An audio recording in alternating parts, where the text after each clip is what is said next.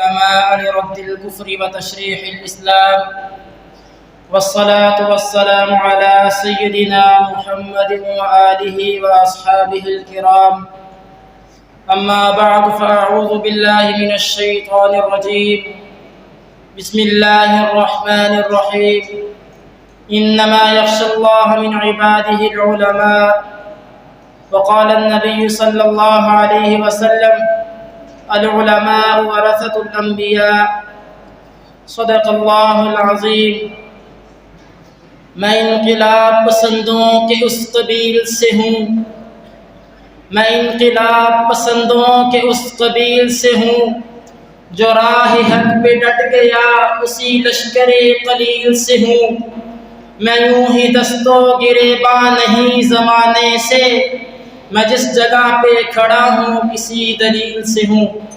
میرے قابل صد احترام حضرات اساتذہ کرام اور میرے ہم مکتب معزز ساتھیوں، مجھے آج جس موضوع پر لب کشائی کرنے کا موقع ملا ہے وہ ہے علماء دیوبند کی عملی و علمی خدمات. سامعین محترم، 1857 کی جنگ آزادی کے بعد انگریز سرزمین ہندوستان پر اپنے پنجے تو گاڑ چکا تھا، لیکن یہاں کے مسلمانوں کے مذہبی رجحان، عشق رسالت، جذبہ جہاد اور شوق شہادت کی وجہ سے انگریز ان مسلمانوں کو زیر کرنے سے قاصر تھے. چنانچہ اس مقصد کے لیے ان کے بڑے بڑے پادری مل کر بیٹھے اور خوب غور و فکر کے بعد اس نتیجے پر پہنچے کہ اگر مسلمانوں کو زیر کرنا چاہتے ہو تو ان کے دلوں سے جذبہ جہاد کو اور شوق شہادت کو مٹا دو. چنانچہ اس مقصد کے لیے انگریزوں نے علماء کا وجود ختم کرنا شروع کر دیا. کئی میلوں میں تلاش کرنے کے بعد بھی ابتدائی قاعدہ پڑھانے والا کوئی مدرس نظر نہ آتا تھا. مسلمانوں کی اس زوال کو عروج میں بدلنے کے لیے، اسلام کا پرچم دنیا میں بلند کرنے کے لیے مولانا قاسم نانوتوی اور مولانا رشید احمد گنگوہی جیسے نڈر مجاہدوں نے دیوبند کی چھوٹی سی چھتے والی مسجد میں انار کے درخت کے نیچے بیٹھ کر علوم نبوت کی تقسیم کا آغاز فرمایا. ان نڈر مجاہدوں نے جو تقسیم کا آغاز فرمایا یہ جہاں پر بھی بیٹھتے انقلاب برپا کر دیتے. اس مظلوم دھرتی نے ایسے سرپروشوں کو جنم دیا جنہوں نے تختہ دار پر لٹکنا تو قبول کر لیا، درختوں کی شاخوں پر لٹک کر موت کو سینے سے لگانا تو قبول کر لیا، لیکن سرزمین ہندوستان کو کائنات کے فرعونوں سے پاک کر کے دشمن کے لیڈروں کو یہ کہنے پر مجبور کر دیا کہ ہم سلام پیش کرتے ہیں علماء کو. یہ اتنی تکالیف دینے کے بعد بھی یہ علماء اپنے مقصد سے ایک قدم بھی پیچھے نہ اٹھے. تو اسی لیے شاعر اٹھا اور شاعر نے قلم اٹھا کر لکھا کہ حق بات کہے اور ڈٹ جائے، حق بات کہے اور ڈٹ جائے، پھر چاہے گردن کٹ جائے، جب خون بہے دشمن بھی کہے کردار مجاہد زندہ ہے. سامعین محترم، میری مختصر معلومات کے مطابق اس وقت صرف مکتب دیوبند کے علماء نے جو قرآنی تفاسیر لکھی ہیں ان کی تعداد 2800 سے بھی زیادہ ہے. ان تفاسیر کی کئی جلدیں ہیں، بلکہ علامہ افغانی کے 10 سال کے دروس کو جمع کیا گیا، 10 جلدیں بنی، لیکن قرآن کا صرف 1 پاؤں مکمل ہوا. کیا علم ہے ان لوگوں کے پاس کہ آدمی اس کا تصور بھی نہیں کر سکتا.